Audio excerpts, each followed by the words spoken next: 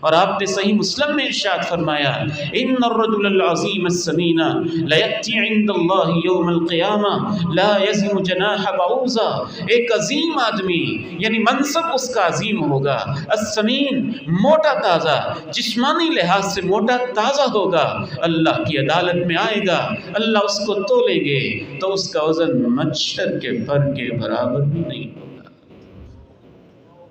پتہ چلا انسانوں کو بھی تولا جائے گا۔ اور چوتھی چیز اس کے اندر جو نامہ اعمال ہے، اور جس نامہ اعمال کے اندر نیکیوں کی کاؤنٹنگ موجود ہے، اب ان کی کوالٹی کو تولا جائے گا جیسے اللہ چاہیں گے، جیسا کہ اس حدیث سے معلوم ہوتا ہے کہ اللہ کے پیارے نبی صلی اللہ علیہ وسلم نے ارشاد فرمایا کہ قیامت کے دن وہ 99 گناہوں کے رجسٹر، ظاہر ہے اس میں گناہ لکھے ہوئے ہیں، ایک طرف رکھے جائیں گے اور نیکی کی پرچی ایک طرف لکھی جائے گی، اور اس میں اس نیکی والی پرچی کا وزن زیادہ ہو جائے گا۔ معلوم ہوا کہ 4 چیزوں کو تولا جائے گا، باتوں کو، اقوال کو، اعمال کو، انسانوں کو، ان کے اجسام کو، اور صحائف اعمال کو جس کے اندر اعمال لکھے ہوئے ہیں، اعمال نامے جو زندگی کی ڈائریاں ہیں، ان ڈائریوں کو بھی اللہ رب العزت اس نامہ اعمال میں تولے گے۔ فَأَمَّا مَنْ ثَقُلَتْ مَوَازِينُهُ فَهُوَ فِي عِيشَةٍ رَاضِيَةٍ وَأَمَّا مَنْ خَفَّتْ مَوَازِينُهُ فَأُمُّهُ هَاوِيَةٌ وَمَا أَدْرَاكَ مَا هِيَهْ نَارٌ حَامِيَةٌ۔ ایک مقام پہ اللہ نے یہ بتایا کتنی موٹی چھوٹی بڑی چیزوں کو تولا جائے گا، وہ بھی اللہ نے وضاحت کی۔ وَنَضَعُ الْمَوَازِينَ الْقِسْطَ لِيَوْمِ الْقِيَامَةِ فَلَا تُظْلَمُ نَفْسٌ شَيْئًا وَإِن كَانَ مِثْقَالَ حَبَّةٍ مِّنْ خَرْدَلٍ أَتَيْنَا بِهَا وَكَفَى بِنَا حَاسِبِينَ۔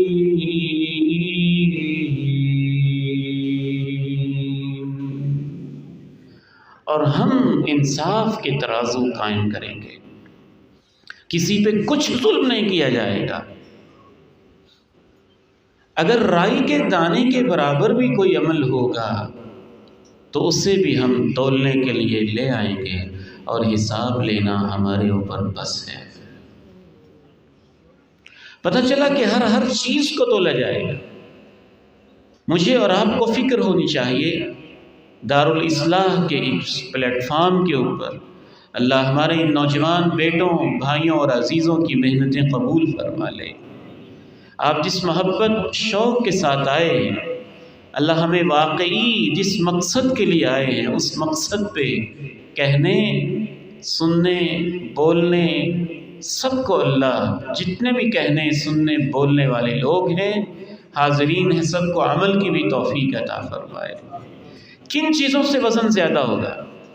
آخر پوری زندگی کا نتیجہ ہے، زندگی کا رزلٹ ہے، میٹرک کے رزلٹ کی فکر ہے، ایف ایس سی کے نتیجے کی فکر ہے، بی ایس کے رزلٹ کی فکر ہے، ایم بی بی ایس کے رزلٹ کی فکر ہے، ایم فی اور پی ایچ ڈی کے رزلٹ کے بارے میں فکر مند ہیں، اور کوئی گناہ نہیں، لیکن گناہ یہ ہے کہ ان چیزوں کے بارے میں فکر مندی والا خود اپنے وزن کے بارے میں بے فکر ہو جائے کہ اللہ کے ہاں میرا وزن کیا بنتا ہے۔ سب سے زیادہ جس چیز کا اللہ کے میزان میں وزن ہے وہ کلمہ توحید لا الہ الا اللہ ہے۔ اپنی حقیقت کے ساتھ، اپنی شروط کے ساتھ جس نے یقین سے پڑھا، ایمان سے پڑھا، اخلاص سے پڑھا، صدق سے پڑھا، وفا سے پڑھا، استقامت کے ساتھ پڑھا، پوری زندگی اس پہ قائم رہا، آخر دم تک قائم رہا، اسی کے لیے جیتا رہا، اسی کے لیے مرتا رہا، اللہ کو مانا، صرف اسی کو مانا، گردن جھکی صرف اسی کے آگے، جھولیاں پھیلیں صرف اسی کے آگے، ہاتھ اٹھے صرف اسی کے آگے، آنسو بہائے صرف اسی کے سامنے، توکل کیا صرف اسی کے اوپر، یقین کیا تو اسی کی ذات پہ، دعائیں کیں تو اسی کی ذات سے، زندگی گزاری تو اسی کے لیے۔ اس یقین و ایمان کے ساتھ جس شخص کے ترازو میں لا الہ الا اللہ ہوگا، اللہ نے اس کا وزن اتنا رکھا ہوا ہے، اس پہ محنت کی ضرورت ہے، اسے سمجھنے کی ضرورت ہے، اللہ کی ذات کو پانے کی ضرورت ہے، اللہ سے محبت کی ضرورت ہے، اللہ پہ آج یقین بنانے کی ضرورت ہے، اللہ کے ساتھ تعلق استوار کرنے کی ضرورت ہے، اور جیسے سلف صالحین نے تعلق قائم کیا تھا۔ میں تو حیران رہ جاتا ہوں، ان کا جینا بھی اللہ کے لیے، مرنا بھی اللہ کے لیے، اٹھنا بھی اللہ کے لیے، بیٹھنا بھی اللہ کے لیے، دو ٹکڑے ہوئے تو اللہ کے لیے، زخم سہے تو اللہ کے لیے، سب کچھ نشاور کیا تو اللہ کے لیے۔ وَمِنَ النَّاسِ مَن يَشْرِي نَفْسَهُ ابْتِغَاءَ مَرْضَاتِ اللَّهِ وَاللَّهُ رَءُوفٌ بِالْعِبَادِ۔ کچھ لوگ وہ ہیں جو اپنے آپ کو اللہ کے لیے کھپا دیتے ہیں اور اللہ ہی کے لیے اپنے آپ کو لگا دیتے ہیں۔ یہ لا الہ الا اللہ جس نے اس انداز سے کہا ہوگا، اس کا اتنا وزن ہوگا کہ جناب نوح نے اپنے بیٹے سے کہا تھا، بیٹا میں تجھے لا الہ الا اللہ کی خصوصی تلقین کرتا ہوں، اگر ساتوں آسمان اور ساتوں زمینیں ترازو کے ایک پلڑے میں رکھے جائیں، لا الہ الا اللہ کو دوسری طرف رکھا جائے تو لا الہ الا اللہ کا وزن زیادہ ہو جائے گا، بشرطے کہ اس کو ہم نے سمجھا ہو، اس پہ عمل کیا ہو، اس کو اپنی زندگی کا حصہ بنایا ہو۔ صحیح مسلم کی ایک حدیث ہے کہ قیامت کے قریب دجال کے فتنے سے پہلے اللہ کے کچھ بندے قسطنطینیہ کے علاقے میں ہوں گے، جو موجودہ ترکی ہے، اس علاقے میں ہوں گے۔ آپ نے یوں ارشاد فرمایا، ایک ایسا شہر ہوگا، اس کا ایک حصہ خشکی میں ہوگا، ایک حصہ تری کے اندر ہوگا، اور وہ اللہ کے نیک بندے اس کو فتح کرنے کی کوشش کر رہے ہوں گے، اور وہ علاقہ اور وہ قلعہ، اس کی دیواریں کھل نہیں رہی ہوں گی، فتح نہیں ہو رہا ہوگا، تو سب مل کے لا الہ الا اللہ پکاریں گے تو اس کی دیواریں اس کی تاثیر سے گر جائیں گی۔ یہ معمولی الفاظ نہیں، سب سے زیادہ وزن لا الہ الا اللہ کا ہے۔ لا الہ الا اللہ کے بعد، عقیدہ توحید کے بعد، اللہ کو ایک ماننے کے بعد، اللہ کے لیے اپنی زندگی گزارنے کے بعد، دوسرے نمبر پہ سب سے زیادہ وزن اخلاص کا ہے کہ انسان کے اعمال خالص اللہ کے لیے ہوں، اللہ ہی کی رضا کے لیے ہوں۔ میں اپنے نوجوان بیٹوں سے خصوصاً کہنا چاہتا ہوں، کیمرے کو ایک ضرورت کی حد تک محدود رکھیں، ایک حاجت کی حد تک محدود رکھیں۔ ٹھیک ہے، دین کی بات ہے، آپ آگے پہنچانا چاہتے ہیں تو اس کو کیمرے کی آنکھ پہ محفوظ کر لیں۔ علماء نے اس کی کچھ گنجائش رکھی ہے دور حاضر کی مجبوریوں اور ضرورتوں کو دیکھتے ہوئے، لیکن یہ کہ آپ ہر چیز کو کیمرے کی آنکھ کے اندر ہی لیتے جائیں۔ آپ کے آنسو ہوں تو چاہیں کہ کیمرے میں آ جائیں، آپ کا طواف ہو تو آپ چاہیں کہ کیمرے میں آ جائے، آپ کا حج ہو تو آپ چاہیں کہ فیس بک پہ آ جائے، آپ کا عمرہ ہو تو آپ کہیں کہ یہ میرے واٹس ایپ کے گروپ میں شیئر ہو جائے، آپ کی دعائیں تہجدیں ہوں تو وہ بھی آپ چاہیں کہ وہ بھی پبلک فورم پہ آ جائے اور انسٹاگرام پہ اور یوٹیوب پہ کسی چینل پہ آ جائے۔ سلف صالحین کہا کرتے تھے، نیک انسان وہ ہوتا ہے جو اپنی نیکیوں کو بھی ایسے چھپاتا ہے جیسے ایک مجرم اپنے گناہوں کو چھپاتا۔ اخلاص کی بہت قیمت ہے، اللہ کے ہاں تو قیمت ہی اس کی ہے، وزن ہی اس کا ہے جس میں اخلاص پایا جاتا ہے۔ اب نام اعمال میں کاؤنٹنگ تو ہو گئی تھی، لیکن اخلاص کو چیک نہیں کیا گیا تھا کہ اس عمل کے اندر کتنا اخلاص ہے، وہ میزان پہ تولا جائے گا۔ اور میزان کے اندر سلف صالحین کہا کرتے تھے، رب عمل صغیر تعظمہ النیہ، بعض عمل چھوٹے چھوٹے ہوں گے، ان کے پیچھے اخلاص بہت ہوگا، اللہ ان اعمال کو بہت بڑا اور عظیم بنا دے گا۔ اور بعض عمل بڑے بڑے ہوں گے اور ان میں اخلاص نہیں ہوگا تو اللہ ان بڑے بڑے اعمال کو چھوٹا اور گھٹیا بنا کے پیش کر دے گا۔ هل أتاك حديث الغاشية وجوه يومئذ خاشعة عاملة ناصبة تصلى نارا حامية تسقى من عين آنية ليس لهم طعام إلا من ضريع لا يسمن ولا يغني من جوع۔ کیا اس چھا جانے والی مصیبت کی خبر آپ کو ملی ہے جس دن بہت سے چہرے جھکے ہوں گے، تھکے ہارے ہوں گے، عمل کر کر کے تھک چکے ہوں گے، لیکن دہتی ہوئی دوزخ میں ان کو جھونک دیا جائے گا اور ان کو کانٹے دار کھانا پیش کیا جائے گا جو ان کی بھوک مٹانے کے کوئی کام نہیں آئے گا۔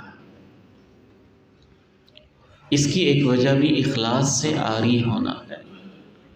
سلف صالحین کہتے تھے مسئلہ یہ نہیں ہے کہ آپ کتنے اعمال کرتے ہیں، مسئلہ یہ ہے کہ ان میں کتنا اخلاص ہوتا ہے اور کتنے قبول ہوتے ہیں۔ تو اخلاص کا مسئلہ بہت ہی اہم ہے۔ شیخ الاسلام امام ابن تیمیہ رحمہ اللہ نے بڑی پتے کی بات لکھی ہے کہ وہ عورت جس نے جاتے ہوئے کتے کو چند قطرے پانی پلائے تھے اور اس کی وجہ سے اللہ نے اس کی زندگی کے گناہوں کو معاف کر دیا تھا، اس کی صرف واحد وجہ پانی پلانا نہیں تھا، جس اخلاص کے ساتھ اس نے پلائے، جب دنیا کی کوئی آنکھ نہیں دیکھتی تھی، صرف رب اسے دیکھتا تھا، اس کتے کو پلائے جس سے اسے کوئی مفاد نہیں تھا۔ وہ ایسا کتا تھا جو اس کے گھر کا رکھوالا بھی نہیں تھا، جس درد دل کے ساتھ اس نے پلائے، جس تڑپ کے ساتھ اس نے پلائے اور جس اخلاص قلب کی کیفیت کے ساتھ اس نے پلائے، ان ساری چیزوں کی وجہ سے اس کے چند قطروں کا وزن اتنا زیادہ ہو گیا تھا کہ زندگی کی ساری فحاشی اور بے حیائی کو اس نے ختم کر دیا اور اللہ نے اس عورت کو معاف کر دیا تھا۔ اخلاص بہت قیمتی چیز ہے۔ تیسری چیز جس سے انسان کا وزن زیادہ ہوگا، وہ تیسری اہم ترین چیز، سب سے پہلا تو کلمہ توحید لا الہ الا اللہ، دوسری چیز اخلاص ہے اور تیسری چیز انسان کا اخلاق ہے۔ رسول اللہ صلی اللہ علیہ وسلم ارشاد فرماتے ہیں ما من شیء یوضع فی المیزان اثقل من حسن الخلق۔ اللہ رب العزت نے میزان کے اندر جتنی بھی چیزوں کو تولنا ہے ان سب کو اکٹھا کیا جائے تو الصادق المصدوق علیہ السلام نے ارشاد فرمایا ان میں اچھے اخلاق سے زیادہ وزن کسی عمل کا نہیں ہوگا۔ اچھا اخلاق، اس سے مراد کیا ہے؟ ہم اس کی روح کو بھی نہیں سمجھتے۔ امام عبداللہ ابن مبارک نے، دیگر ائمہ نے جو اس کا خلاصہ لکھا، اچھے اخلاق 4-5 چیزوں کا نام اچھا اخلاق ہے۔ نمبر 1 آپ کی زبان میٹھی ہو، نمبر 2 آپ کے چہرے اور ہونٹوں کے اوپر مسکراہٹ ہو، نمبر 3 آپ کے دل کے اندر درد اور تڑپ ہو، کوئی پریشانی میں ہو تو آپ اس کی پریشانی دور کر رہے ہوں، نمبر 4 اگر آپ سے کسی کو کام پڑ جائے اور آپ وہ کام کر سکتے ہوں تو آپ اس کے کام آ جائیں، اور 5ویں اہم ترین بات سلف صالحین نے اچھے اخلاق کے اندر یہ لکھی، جب آپ سخت غصے میں ہوں تو آپ اپنے غصے پہ کنٹرول کر جائیں اور اس کو پی جائیں، جس میں یہ 5 چیزیں پائی جائیں اس کا اخلاق اچھا ہے۔ تو آپ نے ارشاد فرمایا کہ میزان میں اچھے اخلاق سے زیادہ وزنی کوئی چیز نہیں ہوگی۔ چوتھی اہم ترین چیز جس کا وزن نامہ اعمال کے اندر اللہ رب العزت نے بہت زیادہ رکھا ہے، وہ ذکر کے کلمات ہیں۔ جو آپ اللہ کا ذکر کریں، سب سے آسان کام ہے یہ،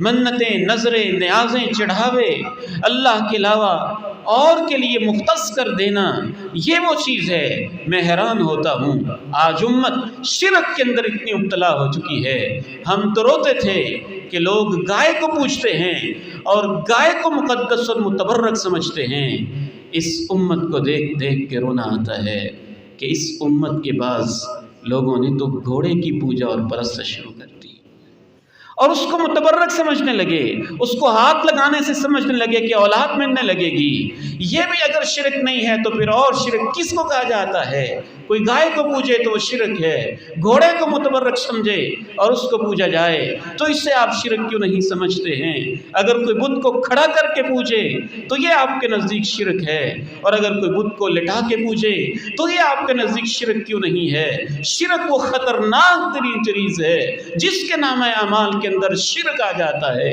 اللہ نے تو 17 انبیاء کرام کے نام لے کے کہا اگر وہ بھی شرک کرتے تو ان کی زندگی کے اعمال ضائع اور برباد ہو جاتے۔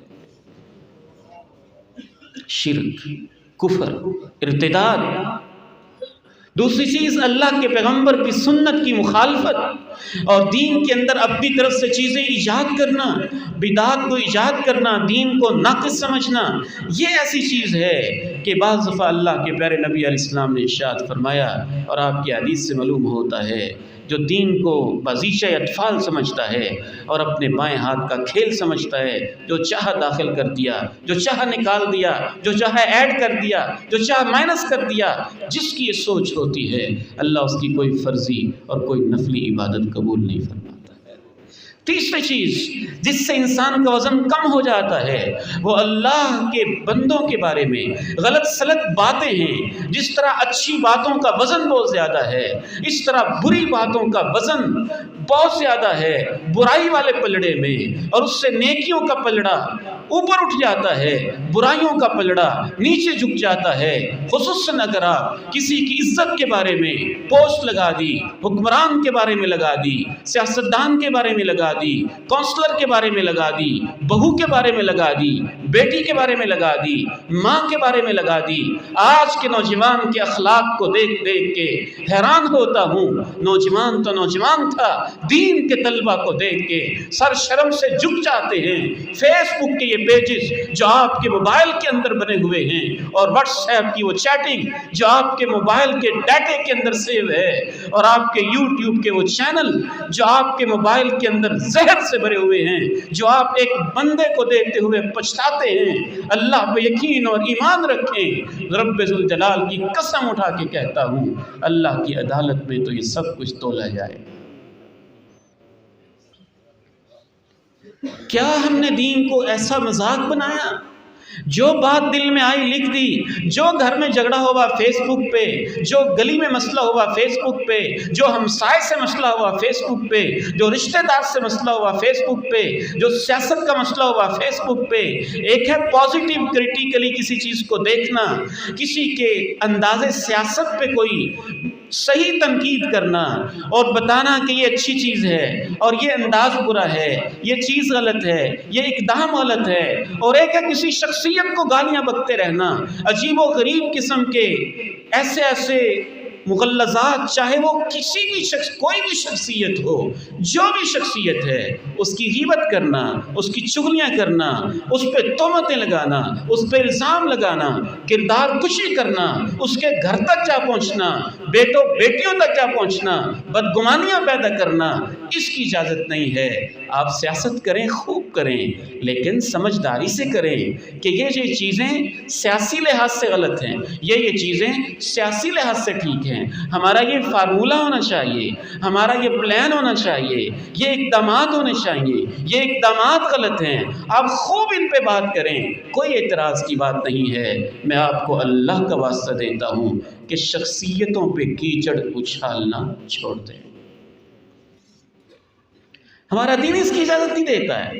اور پھر ان لوگوں کے لیے جو آپ کو 70 سال سے لوٹ رہے ہیں اور جن میں سے کسی سے بھی ہمیں کوئی خیر کی توقع نہیں ہے، وہ سب کا فرق 19-20 کے لحاظ سے ان کی انداز سیاست کا فرق ہے۔ خواہ مخواہ میں اپنی آخرت کو برباد کرنا، اس میں ہمارے لیے کون سی خیر رکھی ہوئی ہے؟ ہم دیکھتے چلے آئے ہیں بچپن سے لڑکپن سے جوانی تک جس انداز سے یہاں حکمرانی کی جا رہی ہے، سب ایک جیسا ہی انداز ہے، ایک ہی سسٹم ہے، ایک ہی نظام ہے۔ 19-20 کا فرق ہے۔ چند اہل دین کے علاوہ اللہ کا ترس کھانے والے، اللہ کی مخلوق پہ رحم کرنے والے چند لوگوں کو چھوڑ کر باقی یہی انداز چل رہا ہے۔ تو اس کی خاطر اپنی آخرت کو برباد کرنا کہاں کی عقل مندی ہے؟ یاد رکھیے، ایک شخص آتا ہے، اللہ کے پیغمبر سے مسئلہ پوچھتا ہے، کہتے ہیں میرے کچھ نوکر ہیں، وہ 3 میرے ساتھ برائیاں کرتے ہیں، یکذبوننی، میرے ساتھ جھوٹ بولتے ہیں، مجھے صحیح بات نہیں بتاتے، یخونوننی، کرپشن کرتے ہیں، پیسے چوری کر لیتے ہیں، خیانت کر لیتے ہیں، یاسوننی، میں جو حکم دیتا ہوں میری بات مانتے نہیں ہیں، اپنے نوکروں پہ، غلاموں پہ جو پیسے سے خریدے ہیں 3 اعتراض کرتا ہے۔ پھر آگے سے کہتا ہے اضربہم واشتمہم، میں بھی ان کو 2 سزائیں دیتا ہوں، کبھی ان کی پٹائی کرتا ہوں، کبھی ان کو گالیاں دیتا ہوں، میرا اور ان کا قیامت کے دن کیا حساب ہوگا؟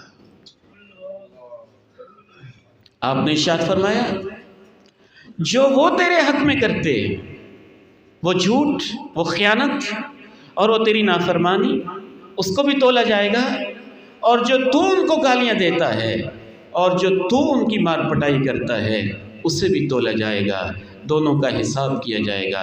اگر ان کے جھوٹ، ان کی خیانت اور ان کی نافرمانیاں زیادہ ہو جائیں گی تو تجھے ان سے کچھ لینا آئے گا، اگر تیری گالیاں اور تیری مار پٹائی زیادہ ہوگی تو تیری نیکیاں ان کو دے دی جائیں گی یا ان کے گناہ تیرے اوپر ڈال دیے جائیں گے۔ وہ فوراً کہتا ہے اللہ کے نبی مجھ سے یہ برداشت نہیں ہو سکتا، میں آج کے بعد ان سب کو آزاد کر دیتا ہوں۔ کیا گند بھرا پڑا ہے ہماری پوری دنیا میں۔ اور آپ کو مفلس والی حدیث بھی یاد ہے نا، جس کے پاس نماز روزے زکوٰۃ سب کچھ ہوگا، تو اب تول ہی ایسا ہے نا کہ نماز بھی پڑھتا رہا، روزہ بھی رکھتا رہا، زکوٰۃ بھی دیتا رہا، اور دوسری طرف وہ گالیاں بھی دیتا رہا، ظلم بھی کرتا رہا۔ تو اللہ رب العزت کے پیغمبر کی حدیث کے مطابق آخری نتیجہ یہ ہوگا، مظلوموں کو اس کی نیکیاں دینے کے بعد جب اس کی نیکیاں ختم ہو جائیں گی تو مظلوموں کے گناہ اس کے اوپر ڈال دیا جائیں گے۔ وزن تو ہوگا۔ آخری بات عرض کر کے اجازت چاہتا ہوں، وزن کو کم کرنے والی چیز، ایک خطرناک ترین چیز اللہ کے بندوں پہ ظلم ہے، ظلم۔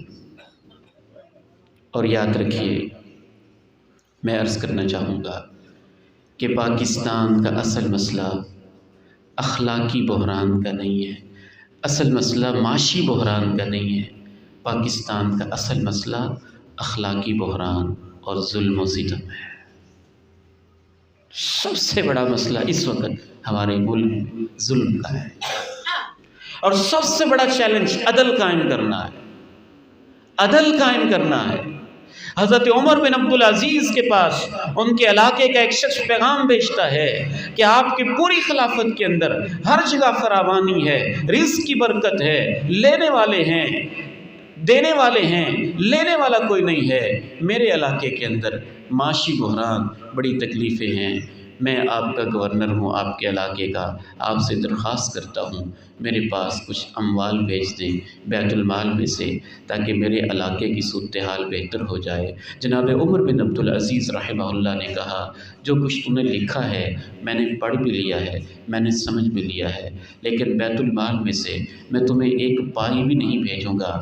اگر تم اپنے علاقے کے اندر فراوانی چاہتے ہو تو اپنے قلعے کو عدل و انصاف کے ساتھ محفوظ کر لو اور اپنی گلیوں سے ظلم و ستم کو ختم کر دو، اللہ برکتیں ڈال دے۔